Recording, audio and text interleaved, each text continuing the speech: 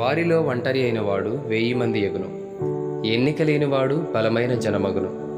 యెహోవానగు నేను తగిన కాలమున ఈ కార్యమును త్వరపెట్టుదును. యెషయా గ్రంథము 60వ అధ్యాయము 22వ వచనము. ఈ సహవాస వ్యవస్థాపకులైన కీర్తిశేషులు దానియేలు గారితో దేవుడు ఈ వాగ్దానమును చేసిరి. ప్రారంభ దినములలో ఈ సహవాసములో పట్టభద్రుడైన ఒక యవన విద్యార్థి మాత్రమే ఉండేవాడు. ఆ ఒకనికే గంట కొడుతూ దేవుని వాక్యమును నేర్పిరి. దేవుని పిలుపును అనుమానించక తనను ఆయన సేవకు పిలిచిన దేవుడు నమ్మతగిన వాడు అని విశ్వాసము వలన బలము పొందిరి. సజీవుడైన దేవుడు నిన్న నేడు ఒక్క రీతిగా ఉన్న దేవుడు మన మధ్యను తన వాగ్దానములను నెరవేర్చుచున్నాడు. ఉజ్జీవ కూటములు. క్రొత్త స్థలములో ఏర్పాటు చేయబడిన కూటముల కొరకు యవనస్తులైన మన సహోదరులు స్థలమును కూటములకు అనుకూలముగా సిద్ధపరచిరి. క్రొత్త బ్యాచ్ వారు ఇచ్చిన ప్రసంగములు మరియు సాక్ష్యములు అన్యాచారముల పైన ప్రజలకు వారు కలుగజేసిన అవగాహన దీవెనకరముగా నున్నవి.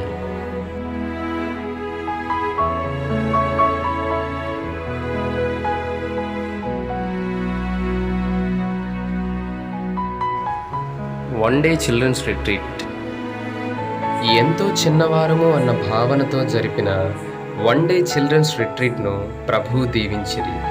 మరియు జూన్ మాసములో మన సహోదరులు సహోదరీలు చేసిన ప్రార్థన ఫలితముగా 70 మంది పిల్లల కొరకు చేయబడిన విజ్ఞాపన ప్రార్థనలను కృపగల మన రక్షకుడు ఆలకించి 70 మంది పిల్లలను ఆ రిట్రీట్నకు నడిపించిరి.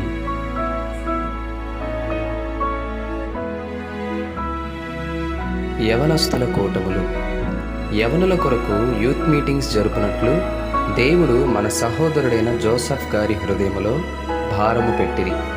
ప్రతి శుక్రవారము జరుగుతున్న కూటములకు హాజరవుతున్న యవనులు తమ జీవితములను వారి రక్షకునికి సమర్పించినట్లు ప్రార్థిద్దాము.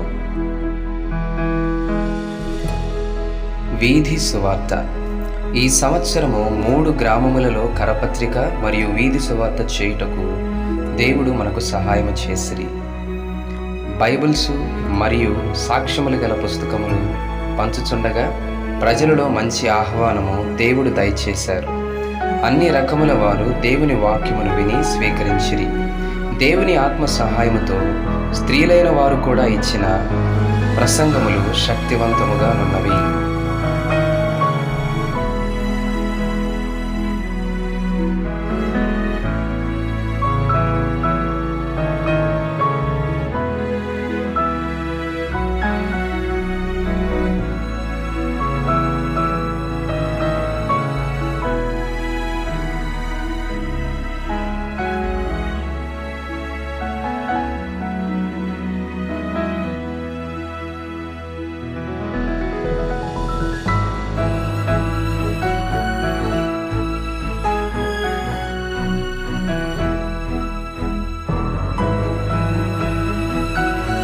వాక్యం చెప్తుంది.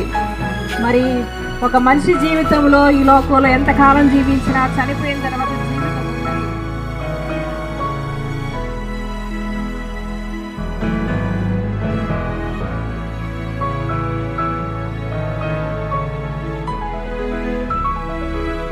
బ్రదర్ జోతో పరిచయం. శృంగారపురం అను గ్రామం నందు జరిపిన యవనస్తుల కూటములలో బ్రదర్ జో ఇచ్చిన సాక్ష్యము యవనస్తులను తాకగా అనేకులు దేవుని వాక్య విషయములో పురికొల్పబడిరి. కూటము ముగిసే సమయమునకు ఇంచుమించు 70 మంది కూటమునకు నడిపించబడిరి.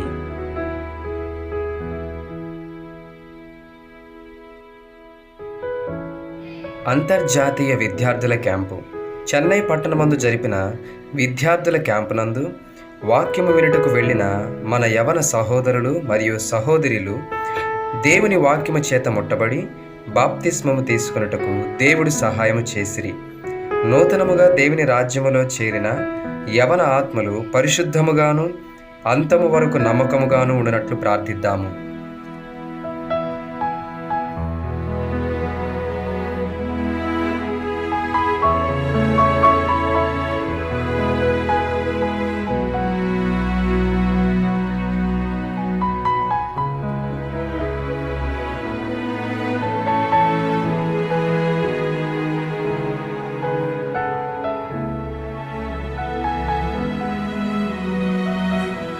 కాలనీలోని సండే స్కూల్ తాను కార్యకర్తగా పనిచేయుచున్న అంగన్వాడీ కేంద్రమునకు సమీపమున ఉన్న బాలబాలికలు విద్యను నిర్లక్ష్యము చేయుచు చిన్నతనములోనే దుర్వ్యసనములకు అలవాటవుచున్న బాలబాలికల విషయమై మన సహోదరి మరియమ్మ గారికి ప్రభువు భారము పెట్టిరి.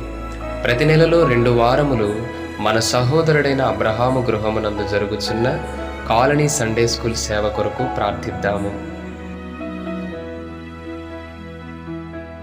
విరామ బైబిల్ పాఠశాల VBS ఏప్రిల్ మాసములో 2 రోజుల విరామ బైబిల్ పాఠశాలను జరుపుటకు దేవుడు మనకు సహాయము చేయగా 120 మంది పిల్లలను దేవుడు పంపిరి.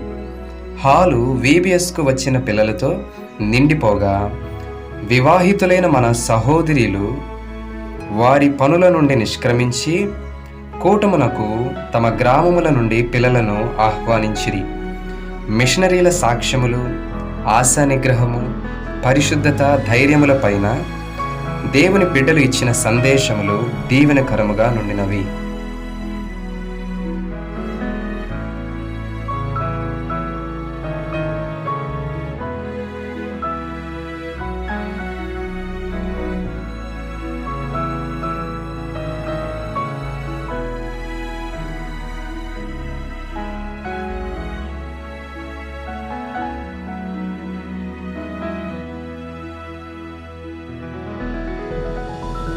యూత్ వారైన మన సహోదరులు VBSకి వచ్చిన పిల్లల ఏకాగ్రతను మరియు వారి హృదయములను ఎప్పటికప్పుడు ఆహ్లాదకరమైన పాటలతో ఉత్తేజపరచరి.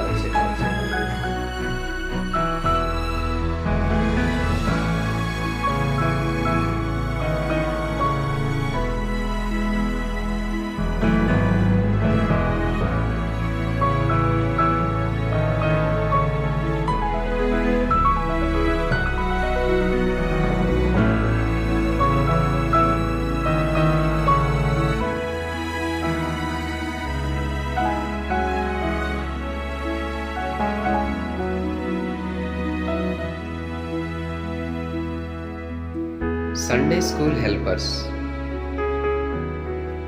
బైబిల్ నందు 14 పత్రికలలో జత పని వారిని గురించి వ్రాయబడిన ప్రకారము ఈ ఏడాది సండే స్కూల్ పరిచర్యలో సహాయపడుటకు కొద్దిమంది హెల్పర్స్ను దేవుడు దయచేసిరి. వారు బలపరచబడినట్లు ప్రార్థిద్దాము.